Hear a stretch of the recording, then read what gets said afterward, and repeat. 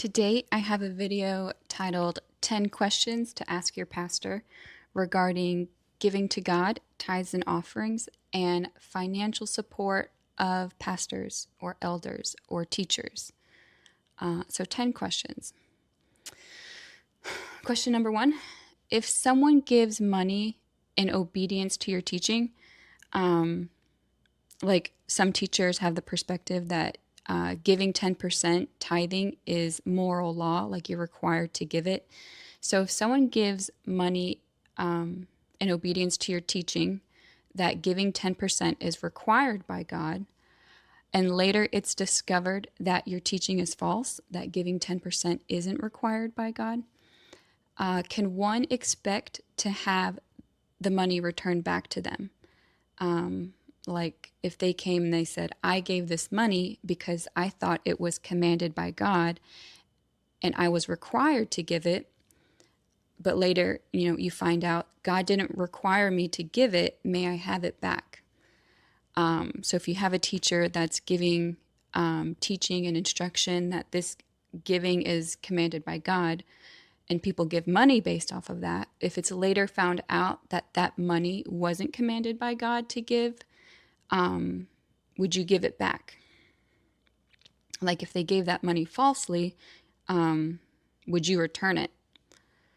Because, as a teacher, if you believe that's true, like your understanding is that, like you're commanded to receive it and that you're required to receive it. But if it turns out that that teaching is false, and you weren't required to receive it, well, would you give it back?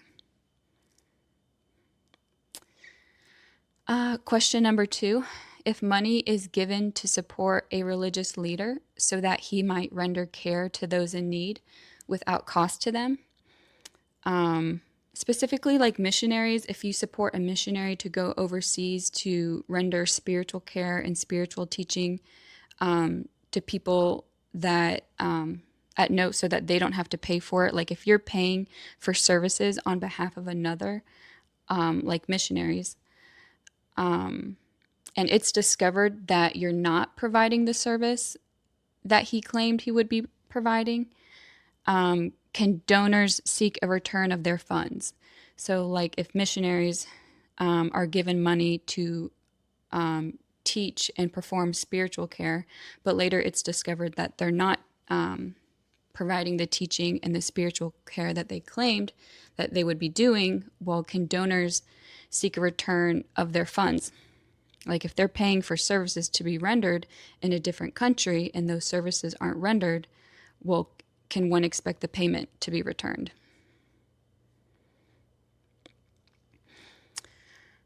Question 3, if funds are given while under the pretense that you're qualified by God to receive the funds, and then it's later discovered that you aren't qualified by God to receive them, can one expect those funds to be returned? So the last question, it was more about performing the work, but this question is more about the qualifications of the worker. Like if someone gave you money because they thought you were qualified to perform the work, and then it's discovered that you're not qualified to perform the work, can one expect those funds to be returned? Another way you could ask that question, if you discovered that you weren't sent by God, would you have any desire to seek to pay back the money you received when claiming to be sent by God? Like claiming to be a qualified pastor. If you're making the claim that God has raised you up and sent you out to a different country or even locally, and that's why you're seeking support for the work, and then later it's discovered that God hadn't raised you up and God hadn't sent you out, would you seek to make restitution of that money of your own accord without people asking for it? Question number 4, if you gave counsel to members to turn down job opportunities on the basis of spiritual care, like asking them questions, are there biblical churches in that area? And then since this is a biblical church, I would counsel you to stay here. So if that's how, if those are the questions you ask when discerning on, how to give counsel to members seeking to take job opportunities that would require them to leave your church. And you give them the counsel to turn down that job and to stay at that church on the basis of you'll be spiritually cared for and this is a biblical church. And then later it turns out that that church wasn't a biblical church and that the religious leaders weren't qualified and the person was spiritually abused rather than spiritually cared for, or maybe that person was spiritually neglected, like you're saying, don't take that job because you might not be spiritually cared for. So let's say they don't take the job and they stay at that under those spiritual leaders, but they weren't spiritually cared for there either. Would you hold yourself responsible for what your guidance cost that person? Like you're counseling them, don't take that job because here you'll be spiritually cared for.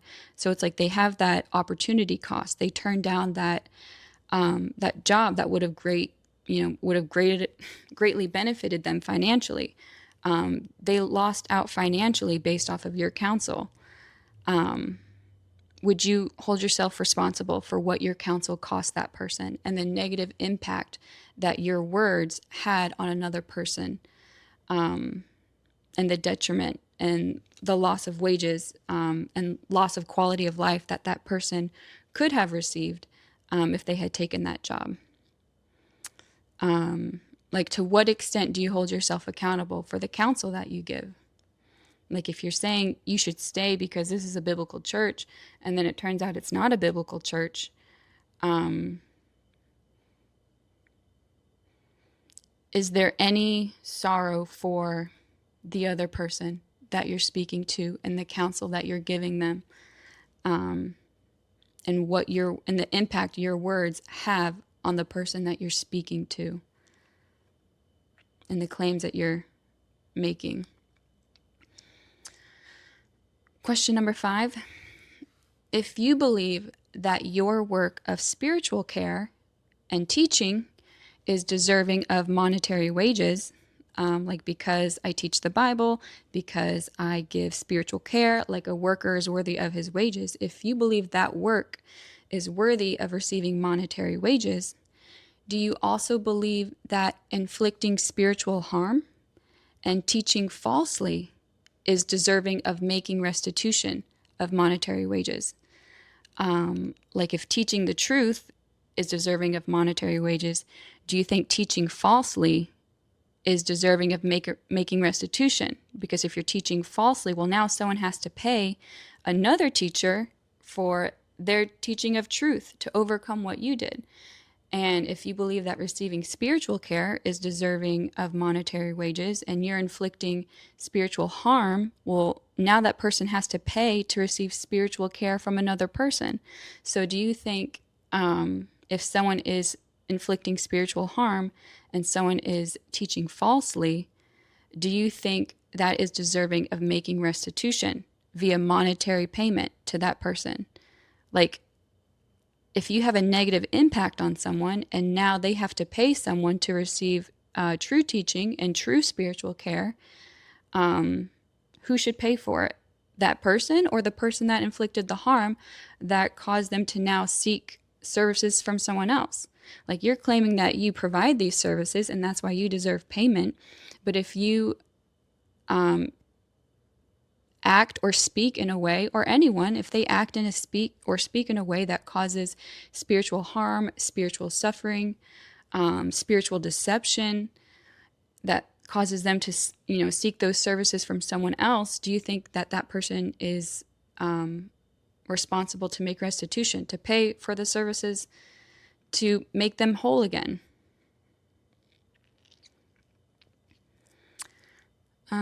Question number 6. If you were given money so that you could render spiritual care in accord with the will of God, and later it was discovered that your practices were against the will of God and resulted in spiritual harm, would you have any conviction or felt obligation to return the money and seek to make restitution for the harm and damage you caused? So it's similar to the last question. But here it's like it has the element of ignorance. Like someone might be under the impression of like, oh, my practices are in accord with the will of God. And that, I'm receiving payment for these services. But then later it's discovered that those services aren't in accord with the will of God. So this question, it kind of leaves room for ignorance in the person performing the work. Because I've been there where I said things to certain people because I thought that is what God would have called me to do or called me to say in that situation. And then later I found out, like, oh, that's not what I should have said at that time. And that's not what I should have done at that time. And I had to go and apologize to that person and seek to make amends. But if I had, I'm not in a position of authority, I'm not receiving payment for those services. So if you have a pastor in a position of authority that is receiving financial support and financial payment for those services, and they're conducting themselves in a way that is against the will of God and is harmful, maybe ignorantly, being ignorant and misguided themselves, and later it's discovered that it's against the will of God and it's inflicting harm. Yep. Would you have any conviction or felt obligation to return the money and seek to make restitution for the harm and damage you caused? And all these questions, like, it's just to gain insight on your pastor's convictions, to know and understand who that other person is. A lot of pastors and teachers, they have a lot of convictions regarding, tithing, offerings, what's commanded by God. So these are questions just to gain further insight regarding like what their convictions are. Question number 7. If a false prophet or false teacher was receiving financial support from others, would you consider the financial support to be stolen wages? Do you believe that a false prophet who receives financial support, do you think that's stolen wages? And there's not, I think it's very few that believe they're teaching falsely. Typically, they've been falsely taught themselves and they think they're teaching the truth. So, like, you can even leave room for ignorance. Like, you could have a teacher thinking that they're teaching truth, like for them to receive financial support and then later discover that they're a false teacher. Do you think that's stolen wages? That they're receiving wages falsely under false pretenses? Question number 8. If fear tactics and or false pretenses were present in a member's reasoning for continued membership in a church, in an assembly, and that person was providing much benefit to the religious leaders by means of their own resources, their money, their time, their energy, their skills, would that be considered extortion? Like if you had a church member that was in a congregation and they were a great benefit to that congregation and to those religious leaders via their money, their skills, their time, their pouring out of their own resources, of themselves. And let's say their membership was on the basis of false pretenses or fear tactics or manipulation or coercion or things like that. Like if they're kept there, even if like you could, no one will ever say like, oh, we forced them to stay here. But you can force someone to stay there by means of like binding their conscience, fear tactics like, oh, if you leave, you're in sin. Oh, that's an unbiblical reason for wanting to leave. This is the church that God has planted you in.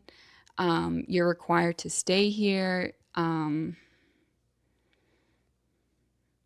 Yep. So if situations like that, if Fear tactics, false pretenses are present in a member's reasoning for continued membership. And while remaining a member, they, poured out of their own resources, their money, time, energy, skills. Would that be considered extortion? And then question number 9, would you still seek to do the work to the extent that you were able if the benefit of money was completely removed? Like if you no longer received any money for your teaching, your preaching, your spiritual care, your spiritual authority, if that was completely removed and you had to go back to secular work in order to sustain yourself, would you still seek to do the work? Granted, it might be less, it might be more minimal, it might look different, but if the benefit of money was completely removed and you had to get a secular job and provide for yourself and then serve freely of your own accord, would you still seek to do the work?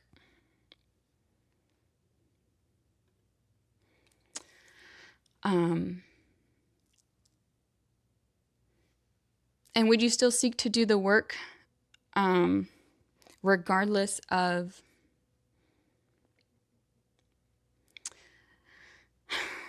even if you were denied pulpit opportunities, would you still seek to do the work one-on-one and helping as a layman in the congregation? If the benefit of title and position and authority was removed and it was no longer recognized by man, would you still seek to do the work, encouraging people, teaching people, rendering spiritual care as you see it of your own accord, even though you don't have the authority, the position, the power, the money, the visibility, the glory that comes from man? Would you still seek to do the work? So if the benefit of, you could say, money, power, authority, recognition, platform, if all of that was completely removed, would you still seek to do the work? Question number 10.